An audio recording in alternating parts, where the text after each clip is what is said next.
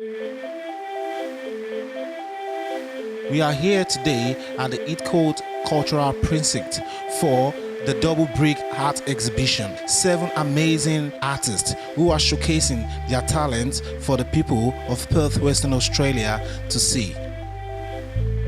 My name's Yana Braddock and I'm the curator of Heathcote Museum and Gallery, but also the wider Heathcote Cultural Precinct. At Heathcote we have a new exhibition every 6 weeks, so that's 8 exhibitions a year. We've got a beautiful opening here this evening for our 7 fantastic artists for Double Brick. The housing in WA and the way Australians feel about housing. And it's really interesting that they talk about home ownership, and I think it's been quite topical in both in politics recently, but also, in the media. We talk a lot about this idea and sense of home and sense of place, but also the housing market and its impact on the economy. So I think it's something that's in the back of everyone's mind almost constantly, and the artists have explored it from such different angles this evening, so it's been really, really interesting. I've got here the artist who made this masterpiece. It's all about morphing. I've morphed the bricks. I've changed their shapes, I've disfigured them, but when you walk around the back, you can see them all piled on top of each other. They're all hollow inside, and I'm playing with shadow and light. It's all to do with very cubistic shapes, repetition of patterns, smooth edges, sharp edges. The work refers to sad angles and no openings, and this relates a bit to fortification.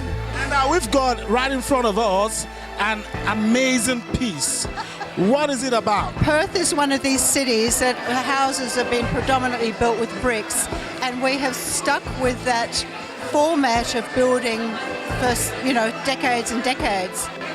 And it's interesting when you look at the history of the bricks, where they were manufactured all along the river of Perth, the Swan River, and you wouldn't know they were there unless you go into the river, and I paddle regularly, and I found all these bricks submerged in the mud. It was like a graveyard of bricks just oozing out, and I sort of was inspired by that to make these particular works. In my work, I have 6 pieces in this exhibition, a series called Safe as Houses, with concrete houses suspended at different rates into a column of sand. And that's to express that anxiety around the myth of home ownership. Financial anxiety and emotional anxiety that goes into living for that dream. Okay, so I worked in painting. I usually work in print and drawing, but I decided to explore painting tonight. I'm really interested in mapping and our relationship with geography and how manufactured geography, like the way we change a geography, how that relates to us as humans inhabiting this place. So I was kind of more fascinated with the land clearing, and that more and more of us with increasing population need more housing. We all want to own our own land, which means that we need to clear more land to make that happen. And I took my source, I guess, from Google Maps. So I looked at Google Earth images of northern suburbs, northern metropolitan suburbs, and that was my inspiration for my paintings. Even homes within yourself, it's not always structured, and it's not always as strong as you would like, and it's hard to fix. And I've purposely taken a naive approach to fixing these. I've hammered the nails in on dodgy angles, and I haven't quite fixated the safety pins in properly, but it's all the attempts to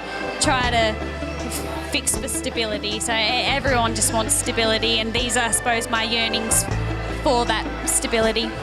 The idea of it being double brick is an attitude that Western Australians have, is the only way that houses need to be built.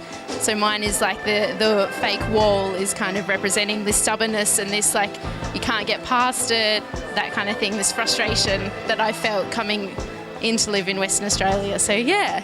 Okay, this one is to do with insurance. The Romans used to have household deities, and they'd have a little shrine in the house, and they'd put the god or whichever one they wanted to placate, they'd put on the shrine. Portuguese symbol of good luck, brain for mental health, the cornucopia, the rats are to do with invasion. So you choose what you want to prevent. You make your offering and you hope that you're covered. Just like insurance. You pay and you pay and you hope that you're covered. So I hope you all have enjoyed today's art exhibition, and I am Tony ETC for Undercurrent.